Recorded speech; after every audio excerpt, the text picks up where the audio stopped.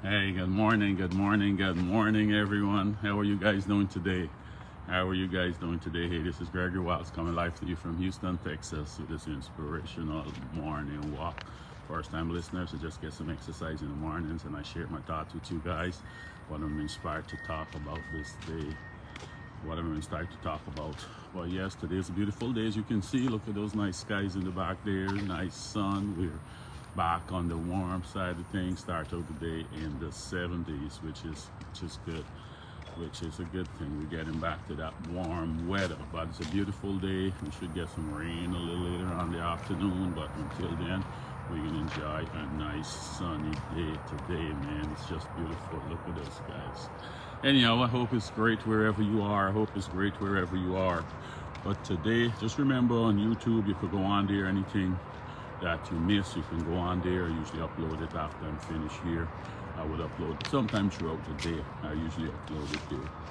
Okay, but today what I want to just take a look at, man, I want to drill down on a familiar little scripture that a lot of us use, familiar promise that we use. I want to drill down a little bit more on that because I want people to understand and don't people to get frustrated and said, these promises that God make is not real, and and they get confused about it. So what we want to look at is Proverbs 11:21 today. We look at Proverbs 11:21, and it say from the King James Version, it said, "Though hand join in hand, the wicked shall not be unpunished, but the seed of the righteous shall be delivered." Right? The King James Version said, "Though hand join in hand." This is Proverbs 11:21.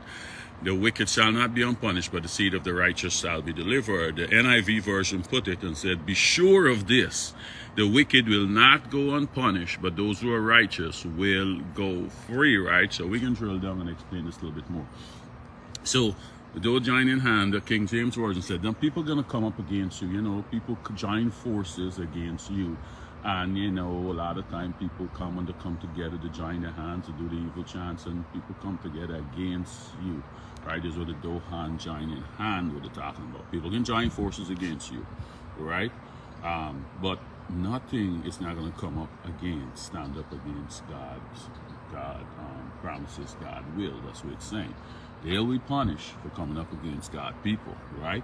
Like Tower of Babel, when all those nations come together and they're going against and thinking if all of them join together, they can get to the heavens and then build this. Well, God intervene and scatter them and stop the whole plan, right? And there's a lot of other cases where these nations in the Bible come together against Israel, and God stepped in because it was doing the right thing and He stopped them, right? And the NIV said, "Be sure of it, the wicked will not go unpunished." So if people planning and plotting against you, He's going to take care of them. But if you're the seed of the righteous, He will deliver you. But the seed of the righteous got to qualify for this, right? They qualify. Once you're the righteous, they're saying your seed, your children, they qualify for this to being delivered. They qualify for it. But not because they qualify for it, they can automatically receive it. They still got to apply for the benefits, right? They got to apply for the benefits. It's just like a lot of people jobs and that they got all these benefits that the children could benefit from, right? And to meet the requirements because the parents work there, but they still got to apply for those benefits to get access to it. Now, in this case, applying for the benefits means that you acknowledging God. You're not turning to no other gods. You're not worshiping no other gods. You turn into Him. Your seed got to acknowledge God, got to believe in Jesus, believe all that He did, right? Because when you say the seed of righteous, you tapping into Jesus' righteousness. We just celebrate Easter, a week or two ago there, right?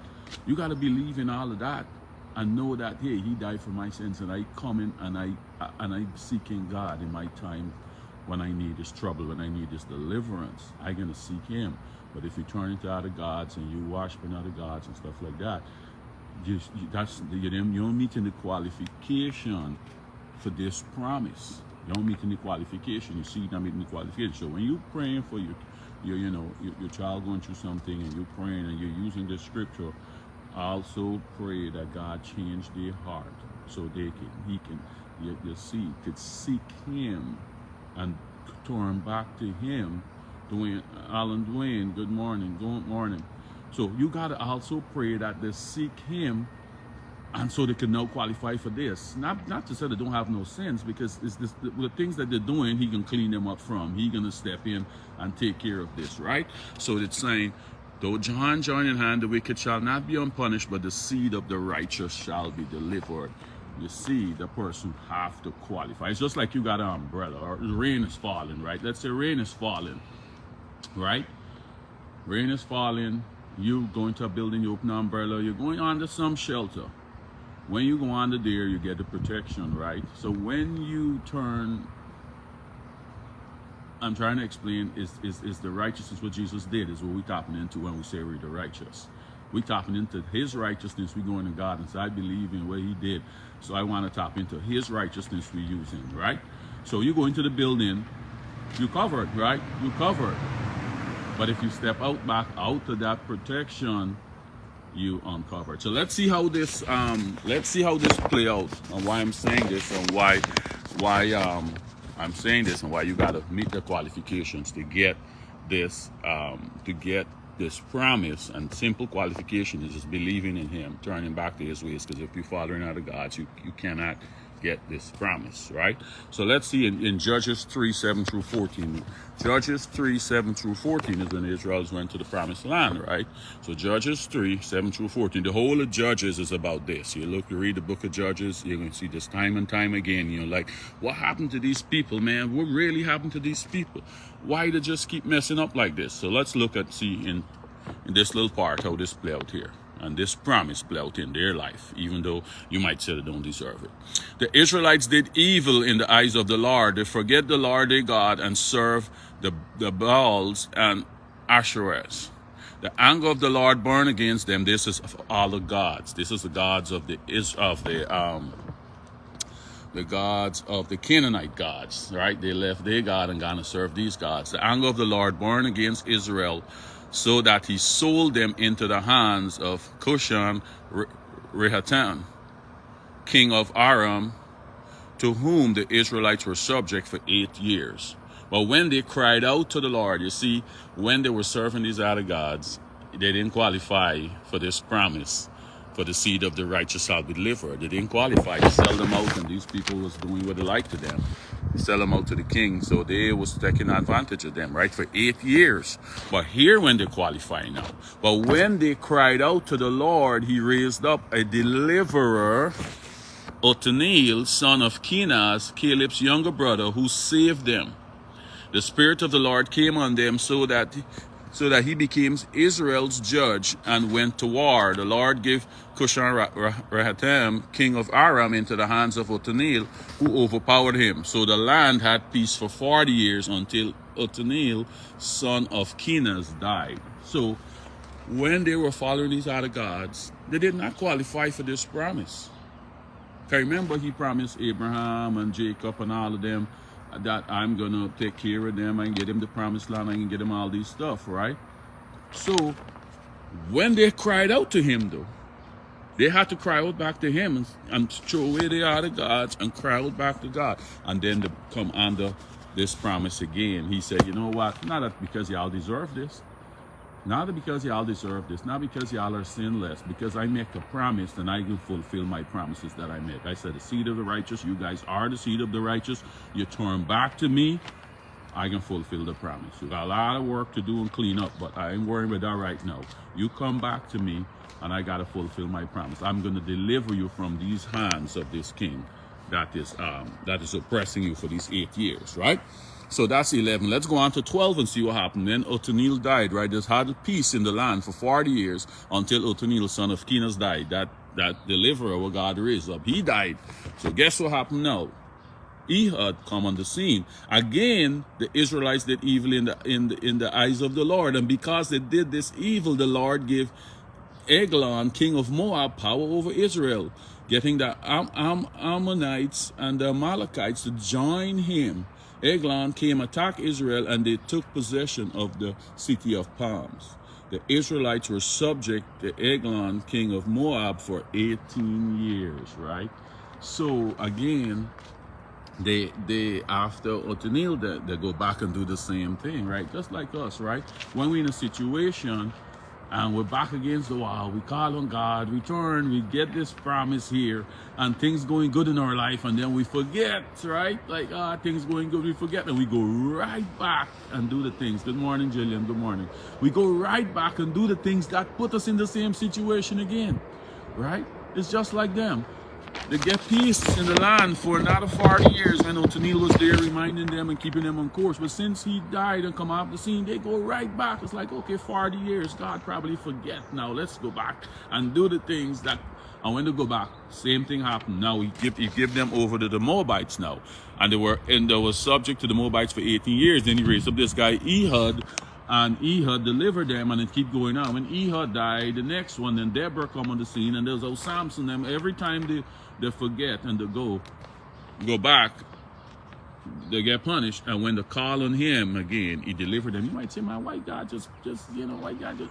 A lot of times he's tempted to do some stuff to them, but because he make this promise, the seed of the righteous shall be delivered. He got to hold up to his end of the bargain. Right? You got to hold up the end of the bargain. And the qualifications is you got to call on him. So if your kid's gone out there and they're gone astray, also when you quote the scripture to God and God say, hey, the seed of the righteous shall be delivered, you also got to pray that he changed their heart and they could turn back to him and qualify for this benefits. Because if they're out there, just like the Israelites, serving the other gods, he cannot execute this this promise if they don't ask for it. Remember, we all got a free will, right? So Israelites was being punished one time 8 years. After 8 years, to catch us up and say, no, we got to go back to the right thing that we know. We got to go back to our God. And he saved them right there. He said, okay, I can raise up a deliverer and deliver y'all. The next time they were subject to take 18 years before they changed back and come cry out to him for help. And what he did when they cry out, he raised up another deliverer, and he delivered them. And it keep going on and on and on. So what I'm saying, so don't want people to get frustrated when they're quoting the scripture and the kids still doing with the stuff they're doing. And but you said, God, you said the seed of the righteous shall be delivered. You see, in some cases here, take 8 years, next time 18 years. But it's when that seed realized that, you know what, I don't have to go through this. I can call back on my God. And this promise got to play out in my life. But not until that person who you're praying for acknowledge and turn back and cry out to God. He said, okay, well, you know, your mother was praying for you. Your father was already praying. I just waiting for you now to acknowledge me again. Then I could let this promise play out in your life. I got to save you. But you got to ask it. You got to meet the qualifications, right? It's just like it's saying, a lot of people job got all these benefits for the children. They qualify for it because the parents work at this organization. They don't qualify. Probably it's free tuition for school. All they got to do is apply to school and after the pay and they get the tuition reimbursement. But if that child don't apply and take advantage of the benefit, they wouldn't receive it. But did they qualify for it? Yes, they qualify for it.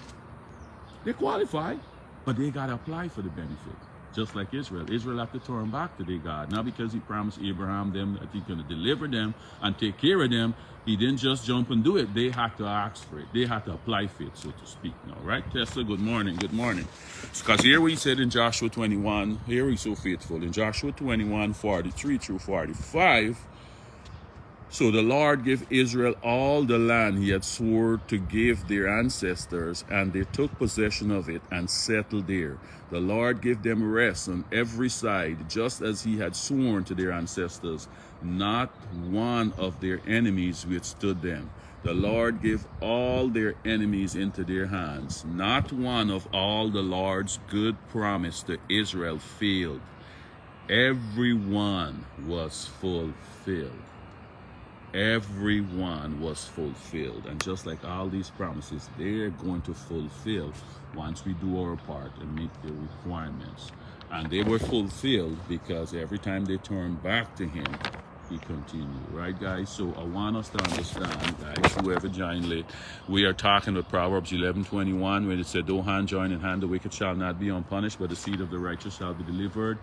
That is a solid promise, but also that person got to meet the requirements that they got to meet to get this promise is just to believe in God, just to turn back to him, believe in Jesus, what Jesus did, turn back to that. But once they're following other gods and going to seek their solutions from a psychic. They're going to seek the solutions from some voodoo guy or somebody who other than God. Once you're going to seek solutions from them, this promise is not going to play out in your life.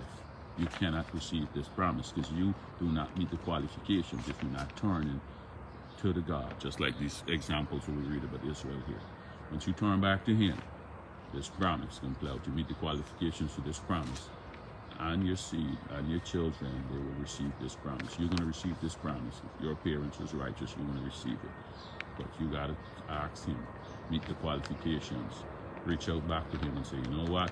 I realized what I was doing was wrong. You were the one and only true one. And He gonna say, okay, you meet the qualifications, I'm gonna deliver you. That doesn't say you're not gonna go through whatever you're doing. You got the penalty you're gonna pay, but this what you going through here. He's gonna deliver you from that big stuff. So Robinson Armstrong, good morning. How are you doing? How are you doing, cuz? So you're gonna go through that, whatever, but He can deliver you. His promise is solid, man. Right, guys? So I can leave that there. But just remember, just pray. If you got your kids, then you're praying for them. For this promise, the seed of the righteous shall be delivered. Also pray that He change their heart. He changed a pagan king's heart. Change their heart back to Him, and they can get this promise. All right, guys? I can leave that there. Have a great day. Okay, bye.